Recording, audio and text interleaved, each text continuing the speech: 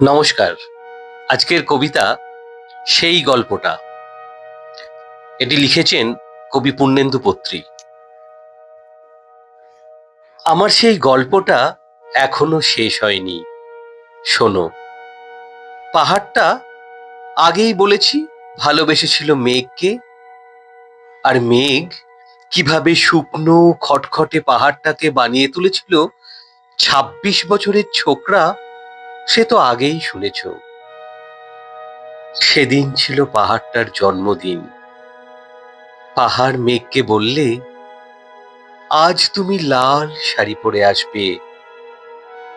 মেঘ পাহাড়কে বললে, আজ তোমাকে স্নান করিয়ে দেব চন্দন জলে। ভালোবাসলে নারীরা হয়ে যায় নরম নদী, পুরুষেরা জ্বলন্ত কাঠ।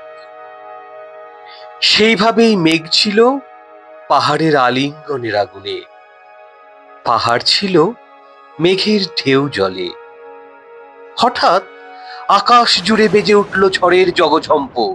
ঝাঁকড়া চুল উড়িয়ে ছিনতাইয়ের ভঙ্গিতে ছুটে এলো এক ঝাঁক হাওয়া। মেঘের আঁচলে টান মেরে বললে, ওঠ ছুরি, তোর বিয়ে। এখনো শেষ হয়নি গল্পটা। বজ্রের সঙ্গে মেঘের বিয়েটা হয়ে গেল ঠিকই, কিন্তু পাহাড়কে সে কোনো দিন ভুলতে পারল না। বিশ্বাস না হয় তো চিরে দেখতে পারো পাহাড়টার হাড় পাঁজর, ভিতরে থই থই করছে শত ঝর্ণার জল। নমস্কার।